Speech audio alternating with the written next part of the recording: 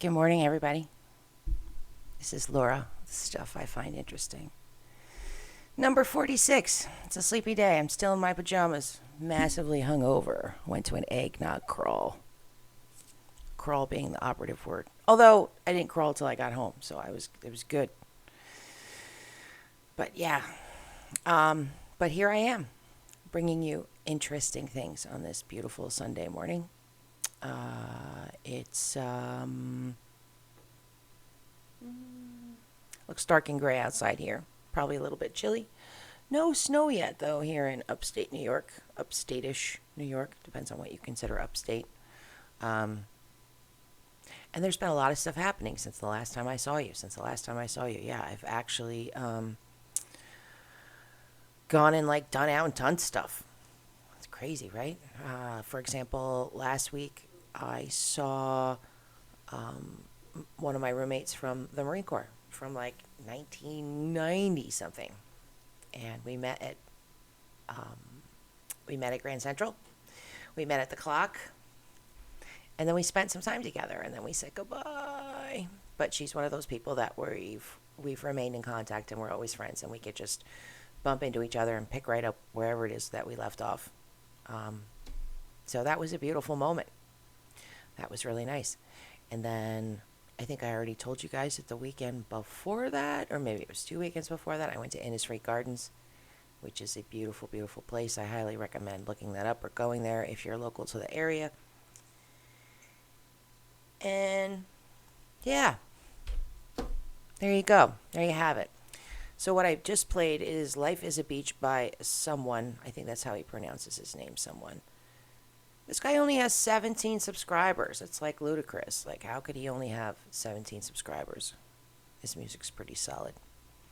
Highly recommend him. What am I?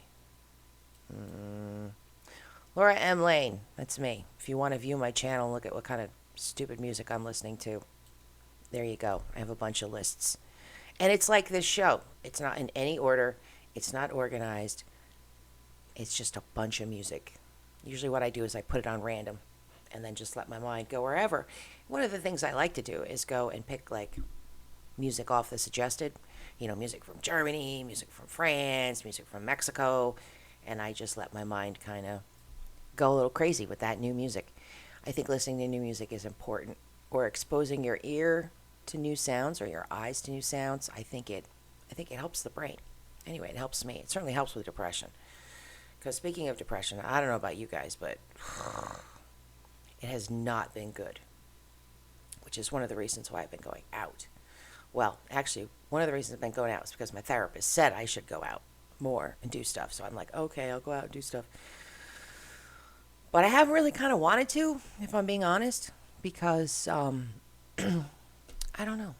Things just feel kind of really messed up out there in some key fundamental ways that I find distressing. So I go to work, I come home, I do my thing. That's it.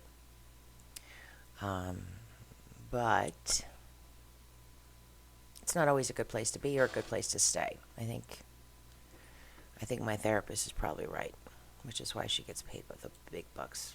But not by me, by my company. Okay, camera obscura. What is a camera obscura? A camera obscura, you got a dark room, you got a pinhole in the wall, light coming through the pinhole, and it projects an image on the wall, but upside down. And it has to do with illusions and math and light beams and stuff that I don't even understand, and I'm not going to pretend to understand. But I find it incredibly fascinating, and I love the pictures. So this is one of the biggest and last remaining camera obscuras, like true camera obscuras in the world, like built the way that they built it back in the 1700s. And it takes these lovely, lovely pictures, probably 1800s actually. But just amazing and incredible shots that this thing takes. And you might think, well, I don't want to build something like that. Sure, that's cool, but guess what? It can happen accidentally. Sure thing. You could be lying in bed like this guy, And then because of the way the light was coming through the blinds, it flipped an image of what was outside of the window onto the wall. You can even see the clouds. So this principle, the fact that you can do this, was taken advantage of by artists. Artists would use that to trace their stuff. And we're talking big artists like Vermeer was one of them. Vermeer is the girl with the pearl earring, which you probably have seen. And so they would project it, and they would use that to loosely kind of sketch out what they wanted to sketch out. And what this did is it saved them valuable time. People posing didn't have to sit there quite as long because they could kind of, sketch in the details. Also, it's upside down, so you're kind of using a different part of your brain. Just absolutely fascinating. But if you did want to make one, there will be a link below, and you can go there and you can say, all right, I'm going to build a pinhole camera. So you need a box, photographic paper. See, that's where I get stuck. I mean, do you have photographic paper lying around? You could probably make some of those somehow. So you paint your box black, you cut a small square, stick the pin through the metal to create a small hole. And then you put a piece of tape on the hole. Okay, yeah. There you go. Pinhole, camera obscura. Cool shit. This, looking at camera obscuras and like bugging out over the fact that this exists, brought me to this place. And this, I'm not really sure what I'm looking at, but looks like old-timey ads that have been assembled for our delight and consumption. Look at this. Look at this. Edison. What a happy guy. He didn't look very happy. Probably because he knows he stole his technology from somebody else and claimed it was his own. Theme safety window. It is intended to control the many accidents that occur when cleaning windows. Travel suitcase with removable pockets. Pavement stones with little drainage channels. The automatic light. The telegraph. The telegraph, invented by Poulsen, is an apparatus that is used to record, store, and reproduce all types of sounds, and could therefore just as well be called a phonograph. However, it differs from this and the gramophone in the simplicity of its mechanism and in the wonderfully pure reproduction of tones. That didn't make any sense. Glasses for automobile drivers. Definitely want to get yourself a pair of those. Those look very, very sexy. Look, honey, I look like a atomic spaceman. Atomic age was a time, it's used in like design when people say like the atomic age. It's like the 50s, and that's when everything had like those sunbursts and things were like the Jetsons. The Jetsons were atomic age. Now all this stuff inspired Frankenstein, I guess.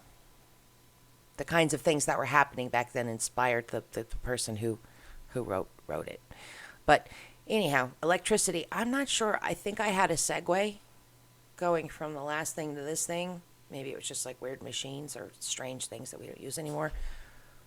But I think it might have been smoother than that, but I totally forgot it because I haven't done this in like 3 or 4 weeks because I've either been busy or depressed,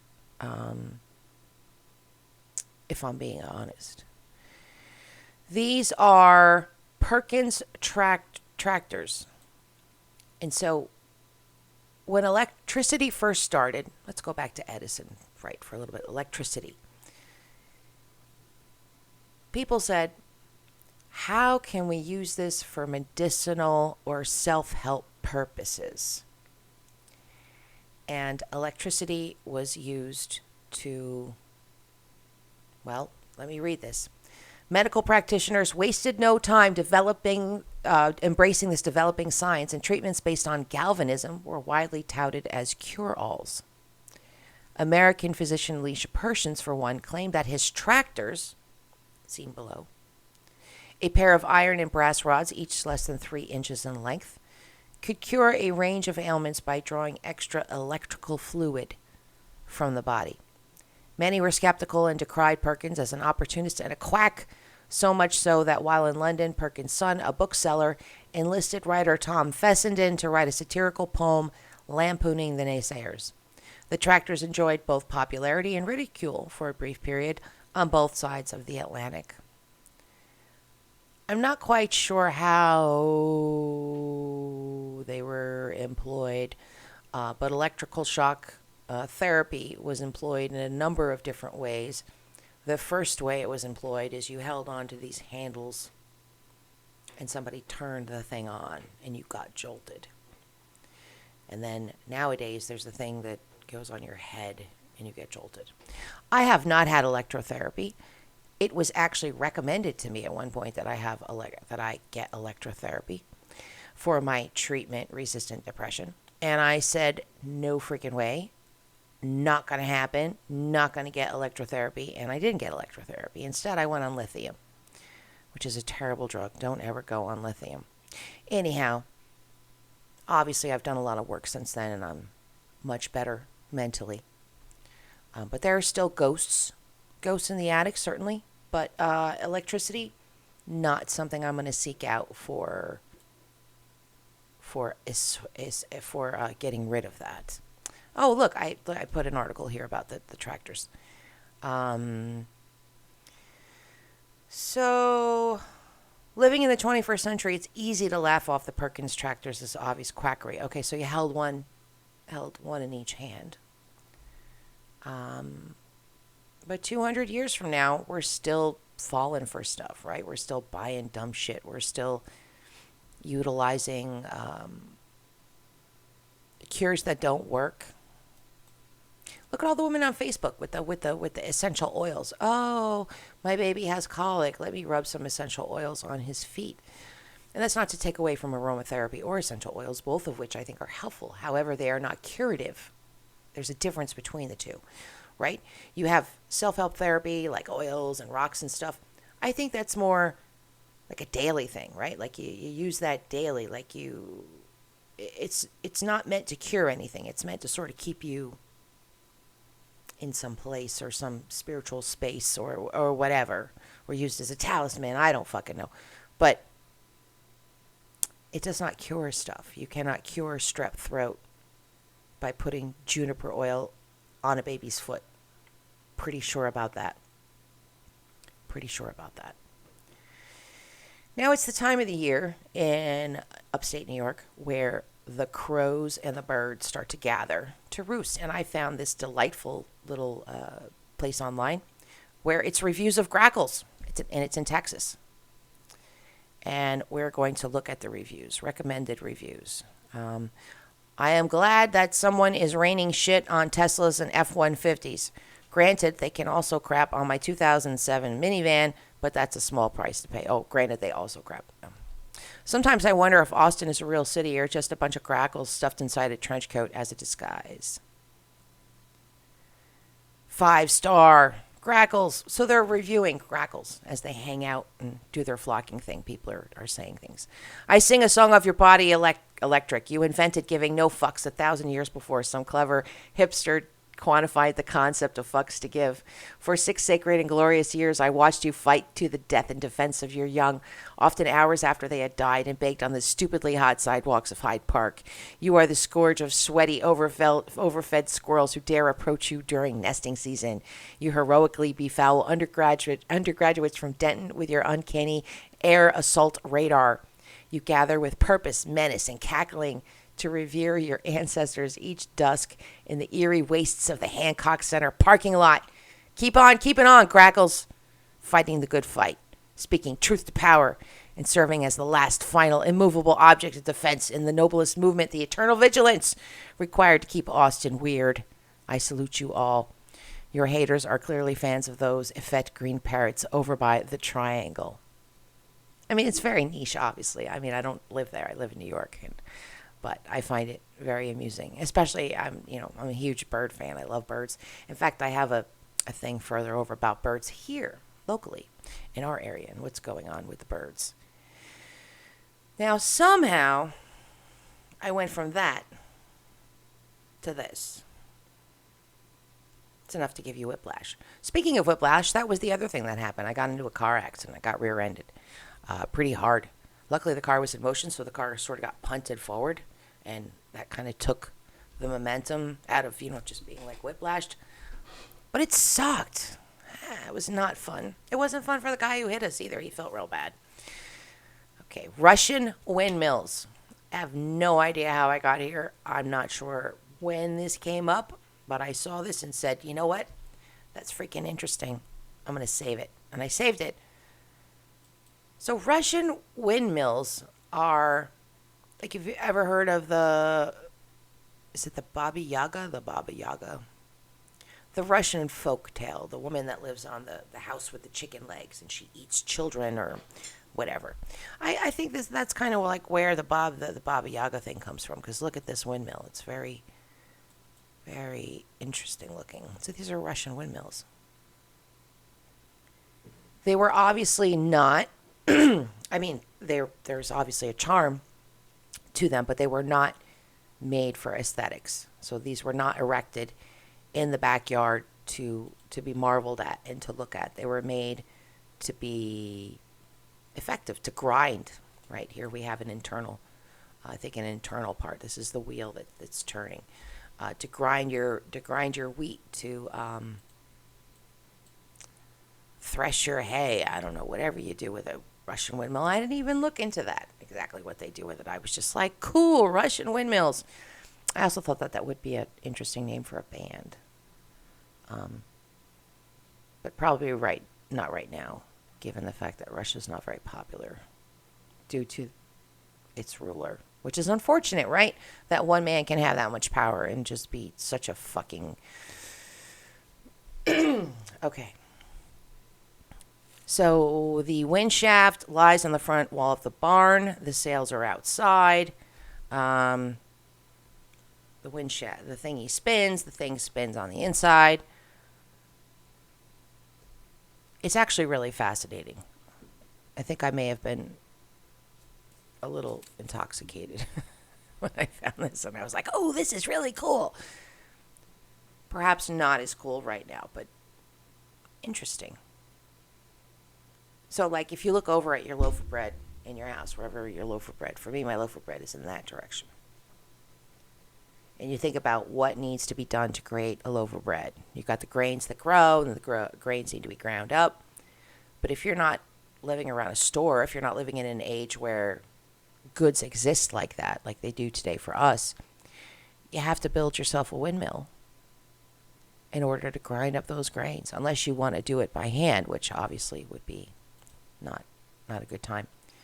So there are 114 known windmills in Russia. 85 are historical, 55 are in stable condition, 24 are falling, 8 are in ruins, 19 are destroyed, and 10 are new. There's probably some that are missing, I would imagine. Some are fancier than others. This one looks like it's a little bit fancier. But you can kind of scroll through and look at these very fascinating pictures, which don't enlarge. So, there you have it. Moving on. What is this? What happened? I don't know what happened.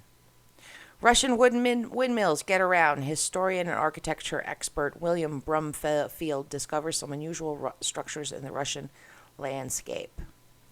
At the beginning of the 20th century, the Russian chemist and photographer Sergei Prokutyn-Gorsky developed a complex process for vivid, detailed color photography.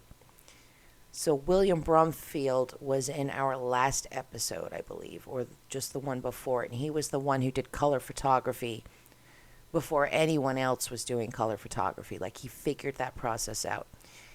And he took amazing color pictures. Like, this photo is from 1909, and it looks super fresh. Here's the same windmill in 2000. Absolutely amazing, right?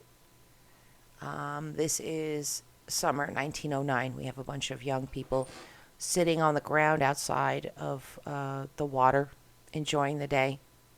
1909. Absolutely.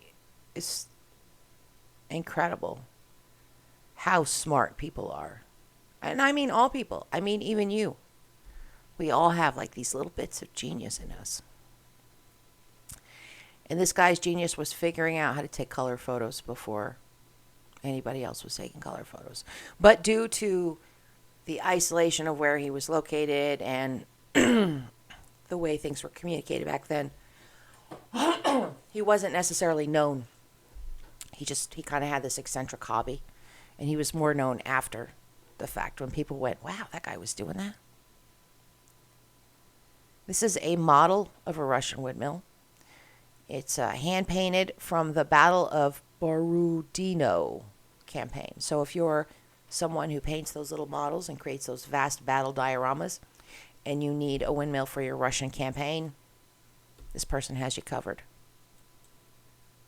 Wow, I really went crazy with the windmills, didn't I? Here are some really old photos. Okay. I think we're moving on now. I think we're beyond. Yes, we've moved on. The thing I found interesting about this article, which is conspirators sentenced in a multi-million-dollar reptile smuggling scheme, is that $5.13 million worth of reptiles were deliberately bred and traded in parts of the world where they should not have been. And these people went to jail for it. But $5.13 million for exotic reptiles. I mean, that's a market that you don't really think about very often, right? You don't sit around and go, I think I want to raise exotic reptiles. I have an exotic reptile story. Actually, I have two. Exotic reptile story number one. One of my best friends, her son had a gecko. And at first he loved it. And then he grew tired of it, as young boys sometimes do. And the gecko languished in a cage, or, a tank, gallon tank thingy. And it was watered and it was fed, but wasn't really getting any enrichment. Well, this week, the gecko went to a new home with people that are going to give it a brand new tank and brand new stuff in it, and make sure that gecko has a really happy life. And so that made me kind of happy. I was like, yay for the gecko. Because every time I would go over to my friend's house, I'd say, is that thing still alive? And she'd say, yeah. She'd like, I don't know why. Nobody pays attention to it. Sometimes the heat lamp doesn't even get turned on. And it's not like anybody was cruel. It was just like, I guess nobody really kind of cared. She certainly didn't have the time. She's a single mom, two people trying to hang on to a house, trying to hang on to jobs, hang on to cars. Anyhow, Tim the gecko is now in a good place. My other exotic reptile story is that one of the first times I ever decided to do psychedelics, I was in my boyfriend at the time. I was at his brother's place. And so I do the psychedelics. Unknown to me, his brother is an exotic reptile trader who had exotic reptiles in his apartment that I did not know about. So I start going into psychedelic land, and exotic reptiles start running around, and I thought that they were part of... Anyway, it was funny. I was like, is that a snake?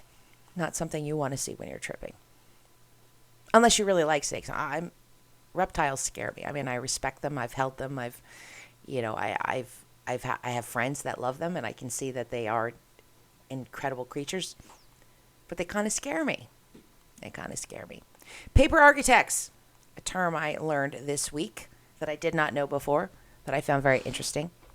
Paper architect refers to the artists that would draw things that were never going to get built, that were not actually real. They were only real on paper, and they were meant to push the limits of architecture and what you could do and what you could draw. So Etienne architect.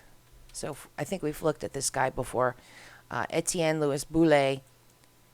He is famous for making pictures that were never ever going to be built, like this This was never going to be built. It was just, I thought this had more pictures. Bastards. Let's see if this one does. Not real happy with the internet lately, I gotta tell you. So here's one of his designs.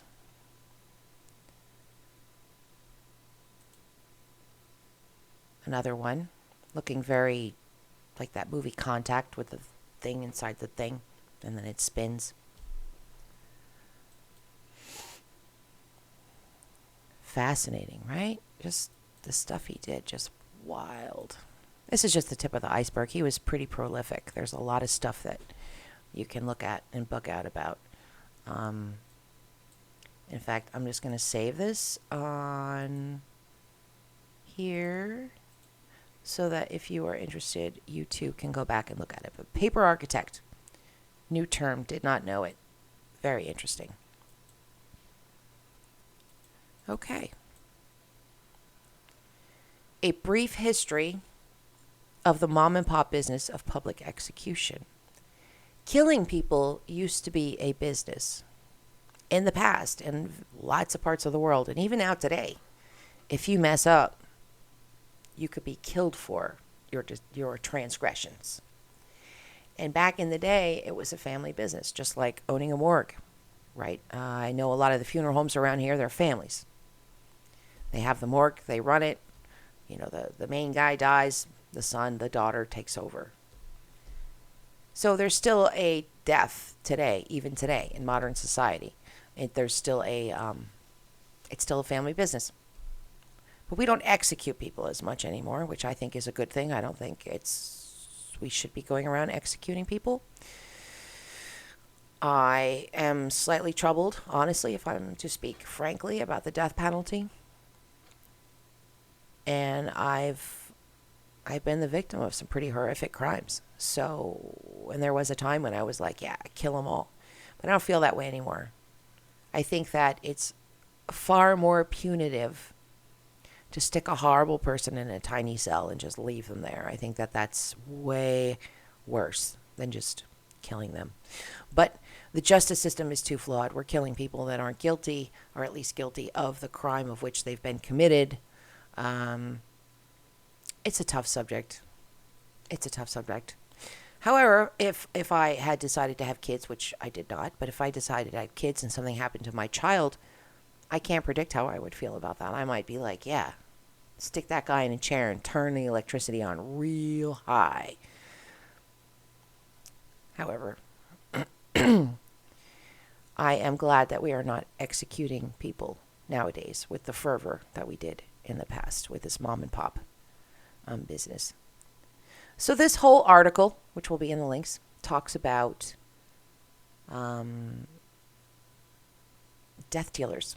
Both reviled and feared the taint of marrying into the bloodlines of death dealers was a death sentence in social society itself, according to Dan Carlin's Hardcore History podcast, and there's a link to that.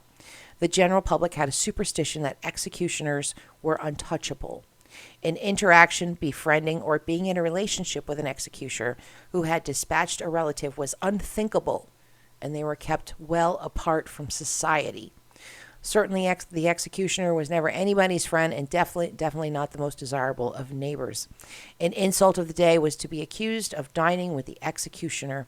Taking the job was an instant divorce from society for families and their heirs to come. The families had no choice but to intermarry, which resulted in interbreeding. Daughters to establish executioners, first sons to inherit the business, and second sons becoming assistants to the next city's executioner. They became dynasties apart, only meeting amongst themselves. Just a whole part of society that I never really thought about, and that completely existed. And it was like a whole kind of culture or non-culture. The last lighthouse keeper in America. So this is Sally Snowman. And Sally Snowman has lived for the past 20 years on Little Brewster Island, which is a craggy patch of bare rocks, crabgrass, concrete, and dilapidated buildings in Boston's outer harbor. Under the auspices of the Coast Guard, she serves as the keeper and the historian of Boston Light, the lighthouse, which opened in 1716. And it was the first in the American colonies, and Snowman is the last official keeper in the United States. The lighthouse is a white tower, 89 feet tall, whose east windows face across North Atlantic towards the English coast, some 3,000 miles away. Snowman, a plain-spoken New Englander with mariner roots that reach back 3 centuries, maintains a crisp official manner while on duty. But sometimes, standing in the lantern room, she contemplates what it was like to undergo the voyage to the New World on a merchant's galleon made by hand from little more than oak, rope, tar, and flax cloth. Along with violent seasickness, passengers suffered from fever, dysentery, boils, scurvy, mouth rot, rat bites, and lice so copious that they could be scraped off the body. When gales raged, one emigrant wrote, people would cry and pray most piteously, and everybody believed that the ship would go down to the bottom. A woman of that crossing, incapacitated by a stalled labor, was shoved through a porthole into the sea. It was a horrible trip, Snowman said. Imagine what they felt when they spotted the light. So this is kind of like a metaphor for society. I mean, the whole article, it's a little heavy-handed, but it's about, there being a light, where we say, oh, that's land. That's a safe place to go to. We can go in that direction. Or we need to watch out for those rocks there. That's why that lighthouse is there. But it both warns us of dangers and welcomes us home. I think it's very poetic, and that's what really struck me about this article and this woman, about how poetic at times. And women becoming light keepers was one of the first jobs that a woman could do without raising too much of a fuss. Snowman concedes that the keeper's life is not for everyone, but she was entranced from the age of 10 when she first stepped onto Little Brewster Island. On a picnic with her father, a marine engineer and Coast Guard auxiliarist, she gazed up at the lighthouse and proclaimed she would get married there one day. And she did. She did get married there. Very cool article. I enjoyed reading it. It made me happy and feel hopeful and stuff. I was like, oh. An abandoned industrial ruin bursts with new life in Delaware. Here where I live in Dutchess County, New York, this county is on the Hudson River. There used to be a lot of industry, or a lot more industry, I should say. Whaling ships, other ships, they would come up and down the Hudson River, and that was like sort of a main artery for supplies coming from up in Canada. You had the fur trade. There was all kinds of stuff going on. As a result, all these industrial buildings got built. And then at some point, industry went, rah, rah, rah, rah. And so the building sat and rotted. However, some of the buildings, like this building in this article, are experiencing a cultural kind of renovation because they're being redone, they're being remodeled, they're being put to new purpose. So this is a ruin, and it's now a garden that you can visit. And let's see. A gray afternoon in winter is not usually considered the best time to visit a garden, but it's perfect for my first glimpse of this extraordinary place. A battered sign reads, positively no admittance. Paul Orpello, my guide, opens a creaky gate and leads me into a landscape of ruins which was largely abandoned for more than 50 years and is now being brought back to life. I realize that garden isn't the right word for it. It feels more like a magical lost city that was bombed in the war. Orpello guides me past murky former swimming holes that now hold snakes and sludge. We sidestep sinkholes and rubble piles. We pass a terrace of cracked columns and crumbling brick walls with hidden recesses like tiny witches' caves. This may be the strangest garden in America, at once the most joyous and darkest, unlike any other place I've been. Orpello tells me that what he's experienced in this garden has changed his life. So there's staircases that go nowhere. There's stone follies. There's a little kind of like bridge. This was owned by the DuPont family, and it is located in Delaware. And it created, it was a black powder mill. 300 workers combined saltpeter, charcoal, and sulfur to create the explosive powder used in mining and construction and munitions during wartime. It was dangerous work. And during the years that the mills operated from 1802 to 1921, there were 288 accidental blasts, which killed 228 people, mainly workers. The most powerful came on a foggy afternoon in October 1890, when over 100,000 pounds of black powder detonated, collapsing 7 buildings. The shocks were felt as far away as Philadelphia, and 12 people died. The DuPont family also lived right on the site, practically on top of the refinery, in a house called Eleutherian Mills. Louise DuPont, 13 years old in 1890, lived at another family home 2 miles away. But the explosion broke most of the windows. She grew up to transform the terrain and to create the marvel that we see today. So she was the one who was responsible for making this into a garden. So Louise's father ended up purchasing the home that was located on this site and the mill property, and gave it to this woman, to Louise. Here, Louise and her husband built the only garden in the world that includes fanciful Italianate structures amid industrial refinery ruins, all in a place where so many people died. As the crowning shields built their gardens, the mill's tunnels morphed into lush hidden grottos. Foundations became pools, and arches rose from the powder yard's wreckage. Frank lashed the new structures with chains and hammers to make them look more authentically ruined. Throughout the property, Louise planted thousands of flowers, shrubs, and trees. Industrial saltpeter cauldrons were hoisted on pedestals like ornaments. During nighttime parties, Orpello says, Louise had these cauldrons filled with oil and lit on fire. One can imagine the flames dancing on the ruins, transporting revelers to a dark, magical world. There she is, Louise. So Louise was a party girl. She transformed this place into an incredible garden where people wanted to go and hang out. She did a lot. You can read a little bit about all the stuff that she did. But when she died in 1958, the garden fell into disrepair and just fell apart. But Orpello, who is the director of gardens and horticulture at the Hagley Museum and Library, a Smithsonian-affiliated museum that showcases U.S. industrial history and oversees the former mill property, they went to this place and they were like, you know what, we've got something here. We've got something here that's very special. And Orpello, with a small crew, began cleaning it up. Not to the point where it was no longer a ruin, because that's part of its charm, but to make it so that it's safe to walk through, and so that there are paths and there are areas where people can kind of hang out and enjoy it. There's another abandoned garden, apparently in Italy, among the ruins of a medieval town. So when I was a kid, The Secret Garden was one of my favorite books, and I always dreamed about finding a secret garden. And when I was a kid and I would walk around the woods, I would go as far as I could, thinking that if I went far enough, I would come out into some special magical place. So in my imagination, I imagined myself being a kid and coming across this place and just how amazing it would be.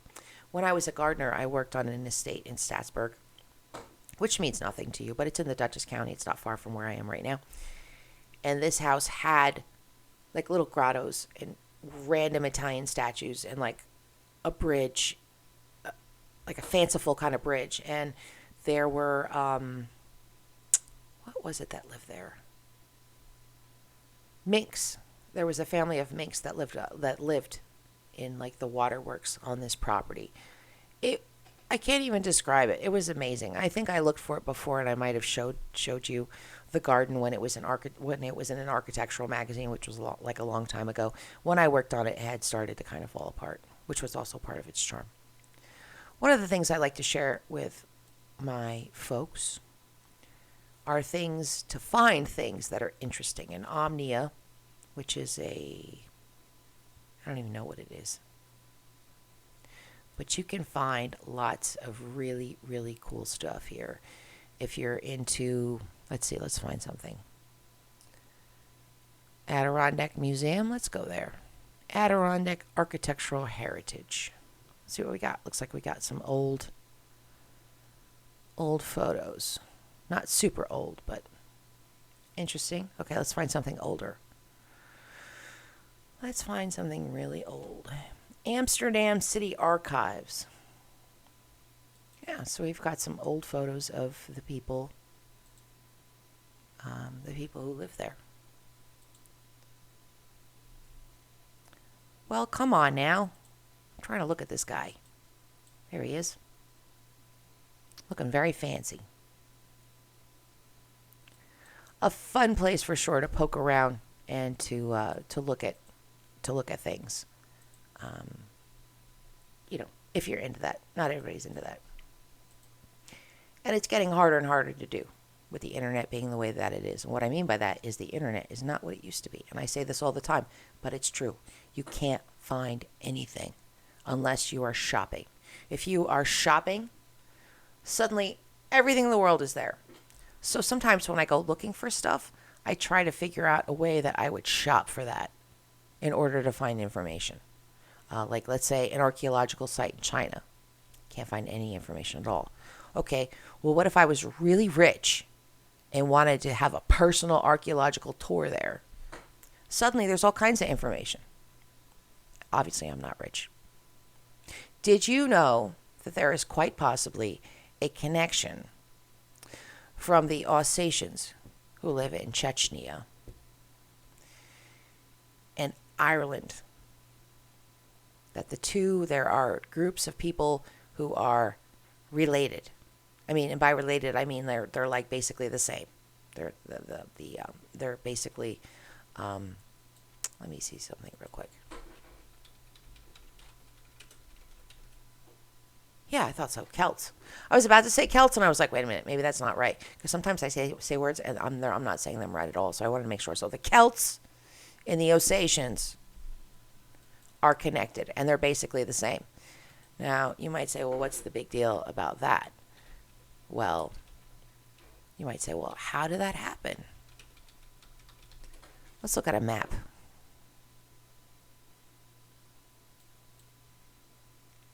So Northern Ireland and Chechnya have many of the same cultures.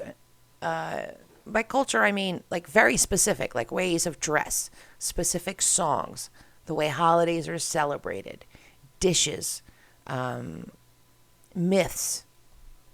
But anyway, let me show you here. So there's Chechnya right there. Chechnya, right? You got Georgia, Azerbaijan, Turkey. A very active area, even right now. Like in Azerbaijan, Armenia border, all kinds of bad shit going on. But if we pan out, here's Ireland. Here's Chechnya. The two are very far apart. So why would I talk about such a thing? Well, because it's interesting. Deep in the Caucasus Mountains of southern Russia, near war-torn Chechnya, a tribe known as the Osatians share many cultural and social similarities with the Irish. Belinda Jackson visits the homeland of this ancient race who may be the original Celts. Now, Ireland will say, no, we're the original Celts. But there were Celts, seemingly, that split. I stare at the woman's hairpin. Was she my cousin? I guess she was wearing a hairpin, even though she was looking at a hairpin in a museum, and it looked like one like her grandma would have had. So Osatia, we've looked at Osatians before. If I go here and I type in just Osatia, Osatian soldier, you'll see, no, 1800s. No. See what I mean? Oh. Well, it's these guys. It's kind of like what you would have seen. Let's see. Original Osatian soldier. Black and white photo.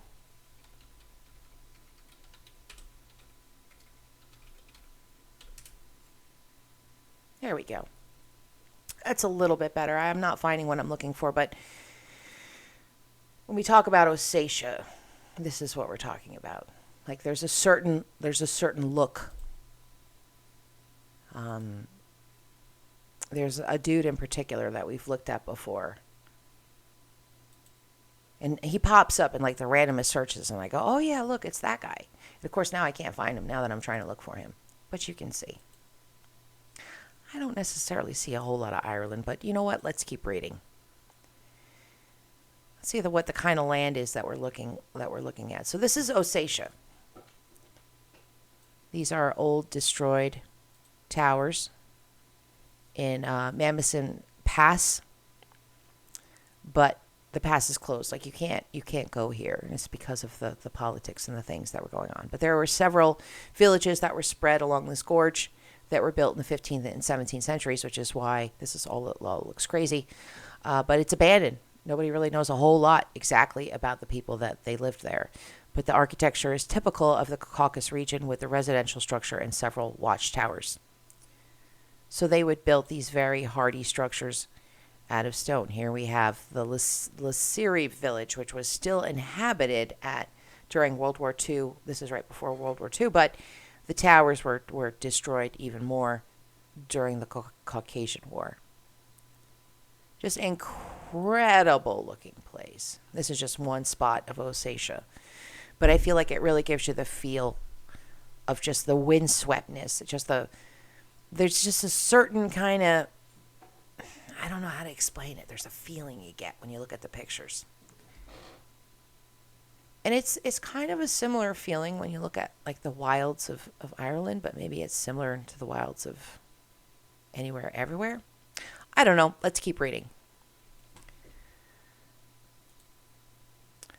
Her assertion of kinship follows the theory that modern-day Ossetians are a mix of warlike, horse-mad Scythians and another more peaceful tribe, the Sarmatian Alans, who later drifted or were thrust westward, thus becoming the Celts. It is a theory supported by some of the big names in Celtic history, such as Gerard Herm and some others. The texts tell that from the 7th century BC, Scythian horsemen pushed out from their Central Asian strongholds, leaving as their calling card some particularly gruesome practices, echoed later in Julius Caesar's commentaries on the Celts, including tearing off the bloody heads of their defeated enemies, thus ensnaring their strength as the foe's lifeblood ebbed. 4 centuries later, the Scythians were forced further west by the mysterious Sarmatians, who also temporarily halted in the Caucasus, pausing to mix with the Scythians to become the forefathers of today's Ossetians before continuing their westward pilgrimage in the Great Migration of Peoples, a journey which involved brawling with the Roman Empire and founding Alani states as far afield as Orleans in France and North Africa. So you have the Scythians and the Sarmatians all mixed together, form sort of like this people that we don't know a whole lot about. And then there was a split, and some ended up over here, and some ended up over here. So there are 2 dialects, and there are apparently some words which align with old Celtic language, because sometimes you can identify peoples through the language that they've used and sort of where they've come from and or how things have sort of come together. So language can be used as a historical marker or as evidence of some sort of mix. And there are things that are very, very similar. So it's just something to think about. But I found more like evidence. Let me see. I don't think it was here. Iran as the historical tri-continental bridge in Ireland, an ethnocultural and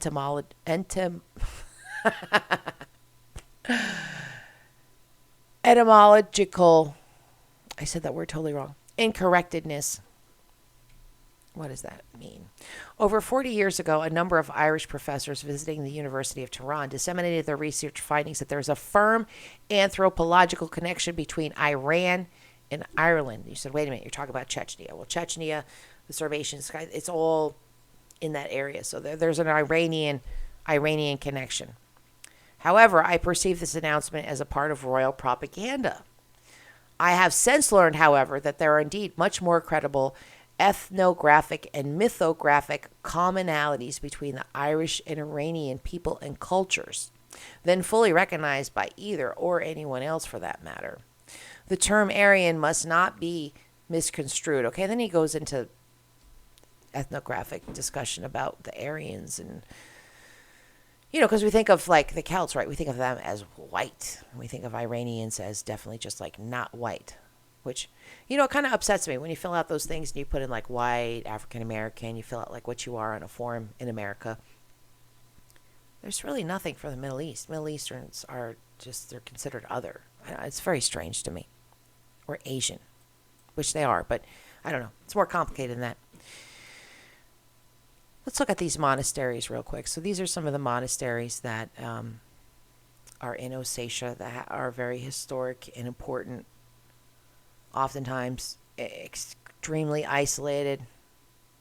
Like you're basically taking a vow of celibacy, chastity, poverty, everything. You live in one of these places and that was your life. These are tombs for the dead. And I just kind of wanted to show you these pictures and how stunning, absolutely stunning this part of the world is. And you've got Iran, like, right next door to it. It just, the brain boggles, right? It just reminds you of how much bigger and how much more complex the world is than we think about it. For example, here's a good example. I said that I saw my old friend that I was roommates with in the Marine Corps. She used to call me Vinny because I'm from New York. And so it became a nickname. She'd go, Vinny. And where I live, like if I were to turn the camera around, you'd see it's just really suburbs. Like I think the tallest building here is maybe 20 stories, but it's an apartment building and it's pretty much isolated over there. And then there's maybe like another big building over there, but I'm not surrounded by skyscrapers. I mean, yes, there is a bodega beneath me, but it's not like New York. It's a little softer. Anyhow, she calls me Vinny. I started calling her Vinny. It became like a thing. Like we called each other Vinny. And she and I said that we were going to meet at the clock tower of Grand Central. And so she's coming down the stairs. I thought I had a picture of her in here, a picture of us being all silly. Maybe I don't. I've got some funny pictures in here, though, don't I? Huh. Yeah, I don't know what I did with it. I thought I had a picture of the two of us. I'll have to find it for next time. But I'm at the tower and I don't see her. And I'm like, I know she's around here somewhere. So I yell, Vinny! As loud as I can in Grand Central Station. And I hear from up on the stairs, I hear this voice, Vinny! And then she came running down and I came running down. We gave each other a big hug. It was a nice little moment. It was nice to see her. She's an amazing person. I don't have a lot of friends, but the few friends that I have, they're all extraordinary women. Just kind, big-hearted, firm, logical, grounded, loving, talented. I feel very lucky to have the few friends that I do. So anyway, going back to Ossetia, which I'm getting tired of. Now they're talking about war and how all these monasteries have been, we have war memorials. Okay, we're getting out of here. We're going to move on to dolmens very quickly. And the dolmens are used by scholars to show the link between Ireland and the Ossetians. And that is because they built these dolmens. So these are dolmens that are in Russia and the Caucasus. But then we also have this one. Oh, this one is in Iran. These are in Iran. Anyhow, my point is, this is a guy I follow on Reddit. His name is Coral Jacks. Hi, Coral Jacks. And he talks about dolmens in Ireland. And if we look at the pictures of them, they look strikingly similar to the ones that I just showed you that were in the Caucasus Mountains. So you kind of wonder, like, what is this about? You know, the placing of a large stone on top of these other stones. And there was probably a death ritual or something involved in it, but it was very important to the culture in these two places. Using the same techniques, the same look, the same, not the same type of stone because they were in two geologically different areas, but fascinating. Absolutely fascinating to think about. The other thing that is used to link the two is St. George and the Dragon, which is a famous myth that's in the, I think it might even be in the Bible. Anyhow, he's the guy who defeated the dragon. But he defeated the dragon in the Middle East, actually in Libya. But St. George is very popular in Ireland, in England. Like, he's a saint. There is a St. George Day. And there's an actual holiday in honor on 23rd April, which is the date of his martyrdom. So, following the Battle of Agincourt in 1415, St. George's Day became one of the most important feast days in the English calendar. So in England, they celebrated this guy who killed a dragon in Libya.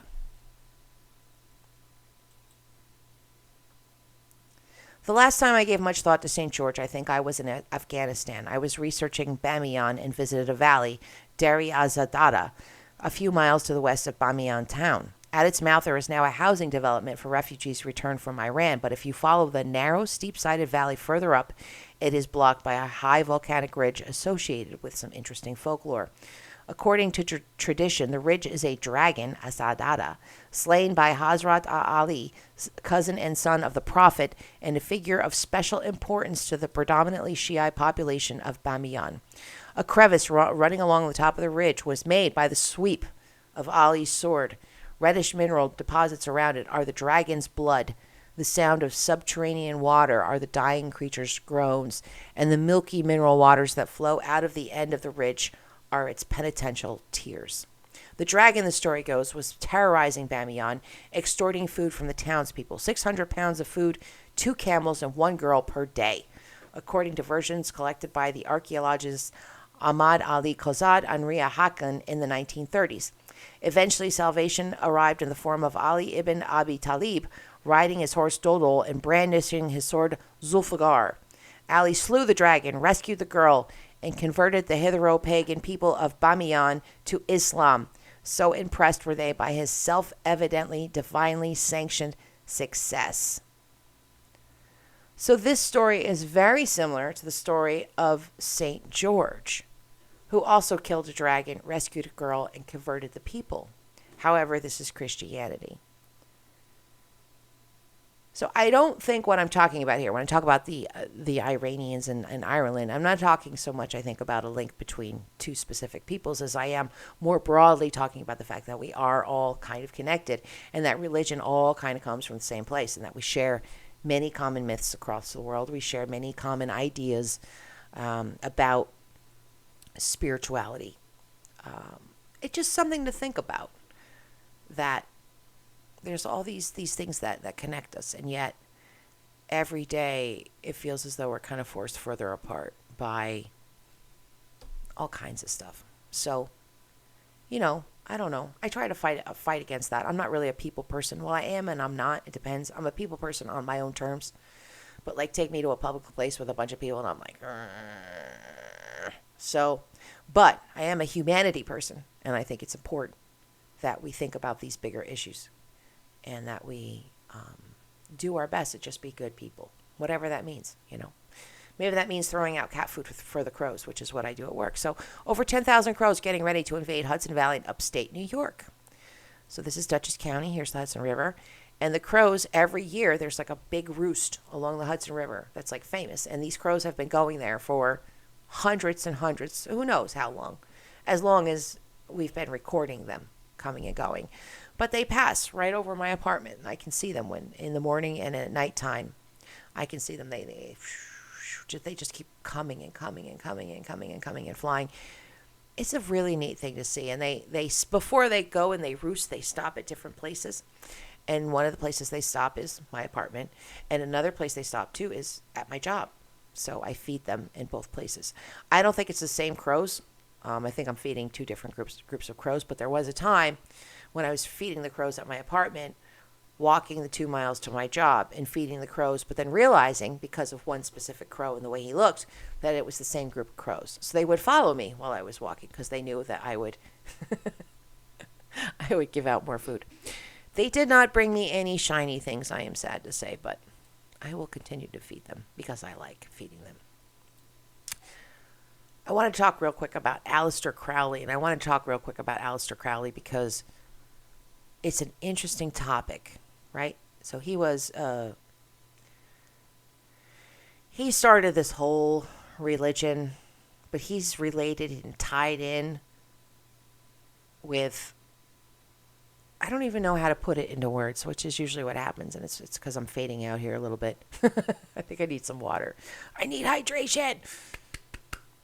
But there's a conspiracy theory, right? We're in conspiracy land now, that he is somehow involved with our space program and the invention of rockets and CERN and demons, and that CERN is actually a Babylon working project. By Babylon, I mean like Luciferian stuff, and that it's created a connection between our world and the underworld. Now, go on BitChute and look up Bill Cooper Mystery Babylon series and have fun.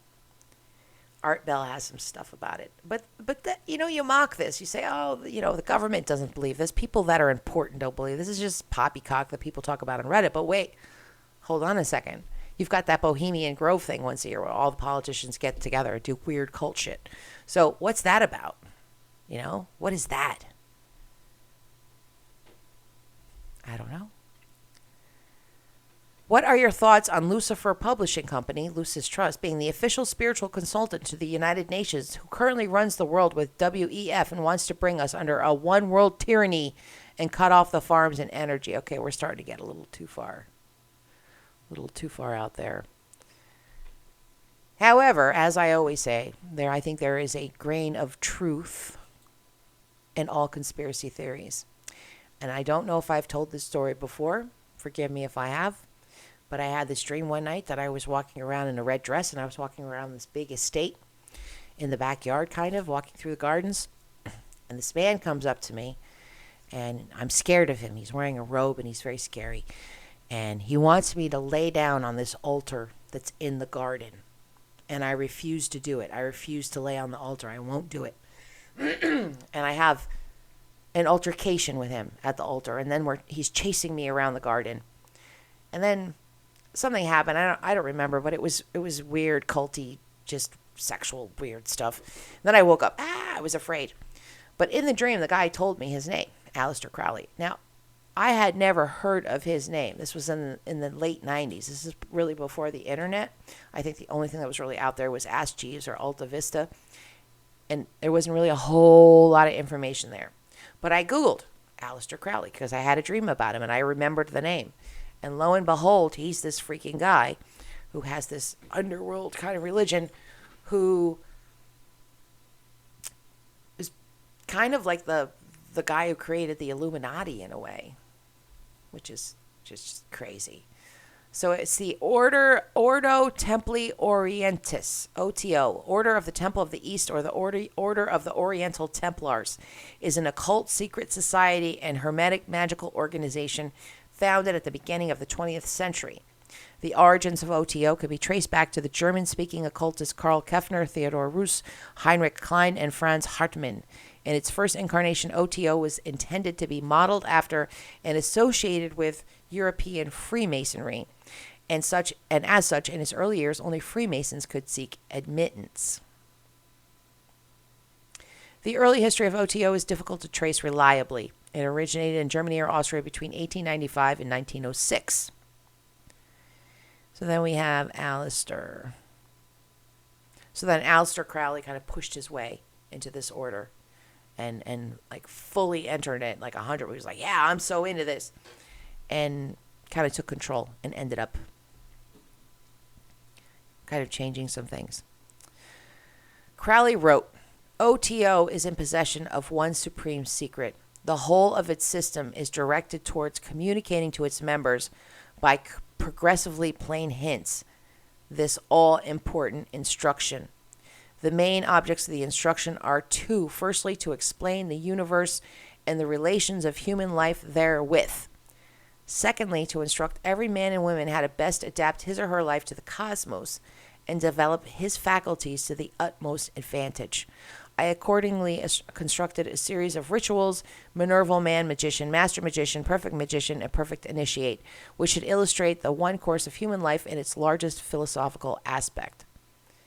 Now, we kind of laugh at all this, like, what? This dude in the early 1900s did this thing, like, so what? Some of the most important people in society were involved with this group. And some of the ideas, I do think there's a spark of truth there. I think that, I don't know if you guys really go on social media, but on Reddit, there's a lot of discussion right now about the UFO, UAP stuff that's going on in Congress and how it's being squashed, how Congress is kind of saying, like, yeah, there's more than this, but they refuse to say anything about it. And I think the reason why they refuse to say anything about it is because I think the government does know some stuff or something about other dimensions, other peoples, I think they know. And I think there are big implications. And I think from the knowing, big companies like Boeing, what's the other big one? Crap. It's just left my mind. But I think some of the technology, I think there's been technology discovered, and I think that technology has been illegally appropriated by big, big companies who have made billions and billions and billions of dollars. And one of the reasons why they won't go public with the UAP, UFO thing, which going public would just mean, yes, there's something going on that we don't understand. I think that's it. I think that's the disclosure at this point. But anyway, I really kind of went off on a tangent there, but it's fascinating stuff.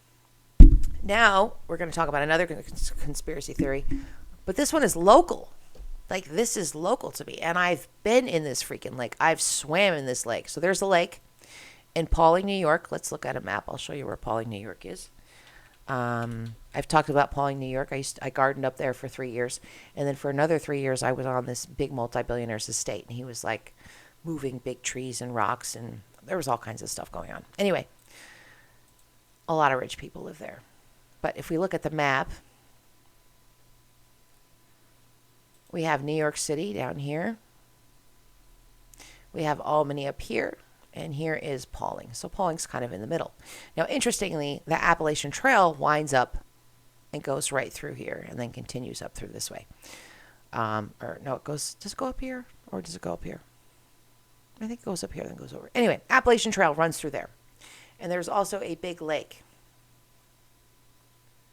which is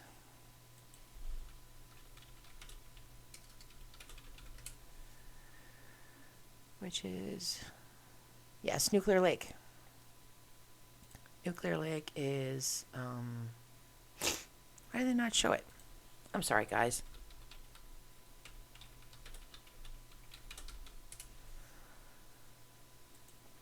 I'm a little apparently. This is Nuclear Lake.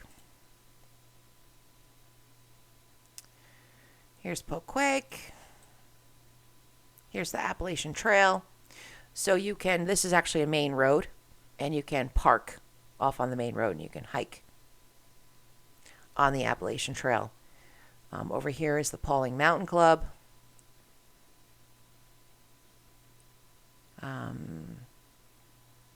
There's all kinds of,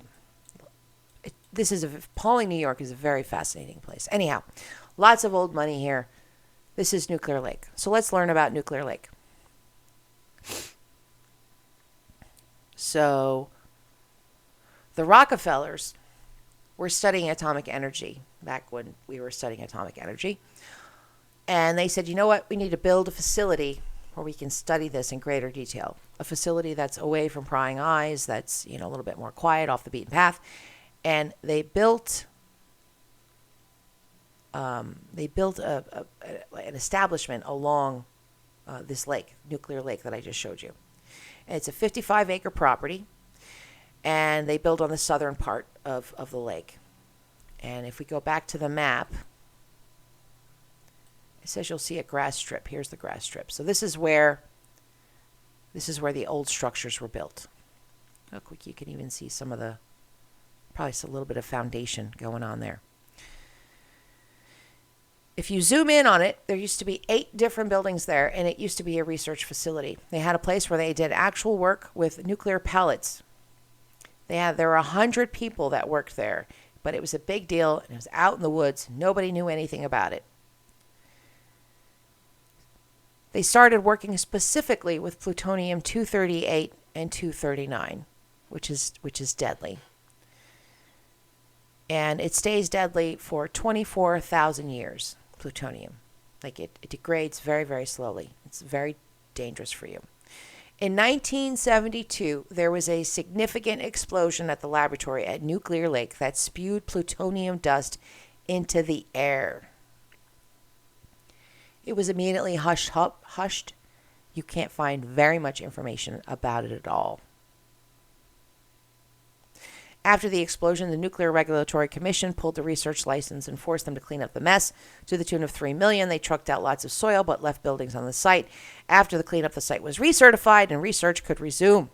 But now they said, "Nah, we're done. You can do whatever you want with the site." So then the Harlem Valley Alliance was formed. 4 years after the NRC says, "Yeah, sure, use this for whatever you want," Park Service comes in and says, "We'll buy this 1,100 acres, and we're going to reroute the Appalachian Trail through here. And we're going to form a thing called the Harlem Valley Alliance." The HVA, the citizen group, goes into the site, goes into the buildings, and finds file cabinets still in the buildings, and found 2 particular memos. One was a government permit to discharge wastewater from the lab into the lake. Another was a 1970 memo for the Director of Health and Safety where he said, "I estimated we discharge 1,000 gallons per year of liquid effluent discharge from the plutonium lab into the lake." So the parks had a group and put together a committee of local residents. The HVA takes this information to them and they say, "Okay, we'll hold off putting the trail through here. We need to get to the vibe of this before we open it up." But they never really did. So for 7 years, there's this fight kind of going on. They don't have a budget. They don't have expertise. They don't know how to do nuclear investigations. It's kind of this small place in the middle of nowhere. And so there was another study done. And this committee in 1984 said, it's nothing to worry about. It's fine. So the Harlem Valley Alliance used a Geiger counter to identify radiation hotspots, and the numbers were alarming. Despite those results, the NRC deemed that the path would be safe, and the rerouted trail was opened by the National Park Service later that year to the dismay of many locals and the HVA. While the path is considered safe by the NRC, Allen called the lake a different story. He claims that there are supposed to be signs around the lake indicating that the water poses a potential radioactive danger. And you go on YouTube, and there are people standing there around the edge of the lake saying, "Isn't this beautiful?" So it's a nuclear lake. I've been in it. Naked. I've been in this lake with no clothes on. So I guess I've been irradiated. There's some more details about the explosion if you want to look it up. You can visit it. This is how you can get there. This is a map. And a little bit more history. This guy visits it himself to look at it, to see. And you can see it's very beautiful. Look at that. That's gorgeous, right? And so people go around here. This is where the labs would have been, behind this chain link fence. But it doesn't go all the way across the property. So you can go around it and wander around the former lab site. So yeah, there's a nuclear lake, Pawling, New York, that is probably dangerous, and people are hiking past it and swimming in it. There you have it. This is some more interesting information. So now I'm bored. Now I'm not interested anymore. We're moving on. What have we got? We've got a man who's coming home while I'm in the middle of doing my thing. Okay, so we're getting ready to wrap it up. Here's a video about On October Nuclear Lake. 31st, 2000. And this one talks about Bigfoot. So apparently Bigfoot hangs out around Nuclear Lake. Here we have a PDF that goes into some of the details of the area and the different buildings that were there. And it's some scary stuff. Maybe, like, if you visit there, don't go swimming in Nuclear Lake. This is one of my favorite places to visit when I want to look at old photography. This is Hummus, and this is LiveJournal, and hardly anybody uses LiveJournal in the United States, but in Eastern Europe, it is very popular. And this particular gentleman posts incredible photos. I have no idea where he gets his photos from. His stuff is very well organized, unlike my stuff. But he has just amazing little slices of life and history. And it's just from the view of a normal person who lives in that part of the world. But there are different categories. Like if we go down below, let's find an interesting one here. Let's go to okay, so we've got tags. Let's hit one of these tags and see what we end up with. It takes a little while to navigate because it's LiveJournal and it's also from very far away, but I'm not sure what tag I hit, but it wasn't quite what I was looking for. But you can go through this for hours and hours and hours, and there's a whole section where there's pictures from Ossetia, probably. He probably has stuff from Ossetia. I should probably look and see what he's got. I don't know if you can search. Can you search?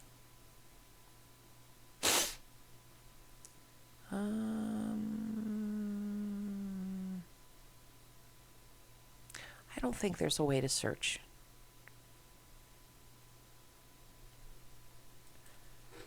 LiveJournal, Hummus, Ossetia.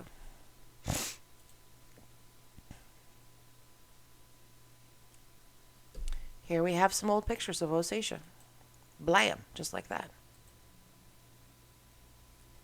Not quite as old as what I was looking for. I was looking for some really old photos. They were not there, but fascinating. Now you might say to yourself, I'm wondering what Ossetian music looks like. I know that sounds like. I know that's what you're thinking to yourself. So we're gonna pick. This is 44 videos. Let's hit shuffle and see what we get. This is we get a commercial first because that's just the way it is, right? Okay. All right. This is. Here we have some Ossetian music. Let's see what we got.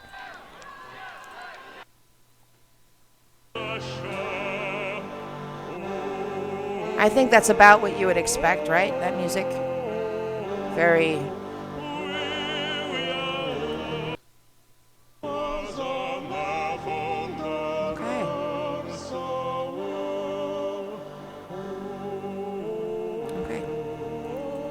So you get the idea of what Ossetian music is like.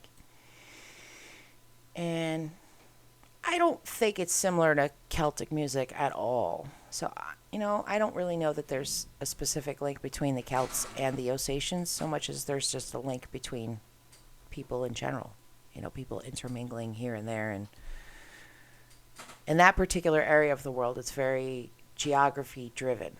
The way that the tribes came together and the way that they mingled, it all had to do with those big-ass mountains that are there. So we're getting ready to finish up. What we're going to do is we're going to listen to some music, and we're going to look at some art. Google Arts and Culture has, even though you can't find anything anymore, they have a wonderful little section where they have all the different art movements, and there's a lot of beautiful things that you can look at. So let's find one of them and put on some music and check it out. What are we going to look at today? Dutch Golden Age? Nah. New Objectivity? Nah. Spanish Renaissance? No. I kind of feel like I want a little surrealism. Public art. Naive art. Where's the surrealist? There we are. We're going to look at surrealism, which we've probably done before, but we're going to do it again. Let me go a little bit deeper in this time. And we are going to listen to Rat-a-tat-tat.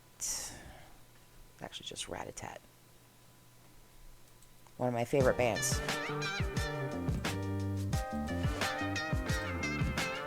Oh, before I stop, wait. Oh, I forgot something. One thing before we look at pictures. I found this thing on Arts and Culture, and it's The Art of Color. Explore artwork from around the world through the lens of color. So you can enter the gallery, and you can literally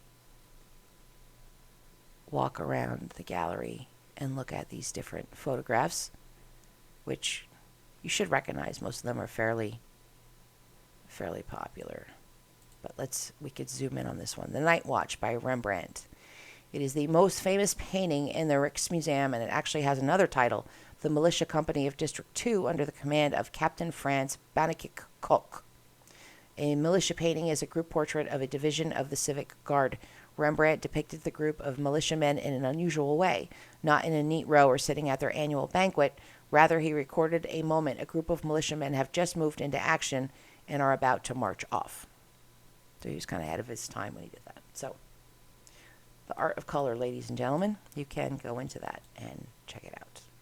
All right, back to the music.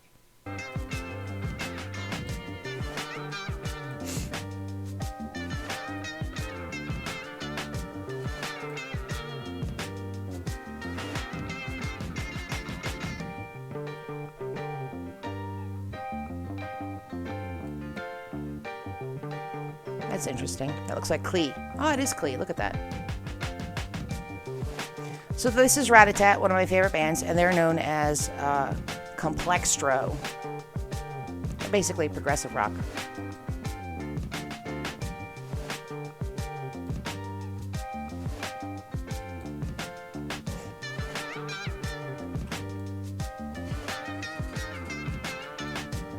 I like surrealism. It reminds us of how absurd life is and life can be. And to kind of maybe not take things so seriously. Or, conversely, to take things seriously. But I like art that makes you think.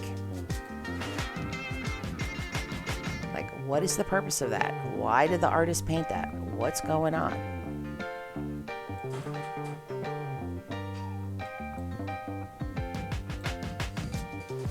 All right. And with that,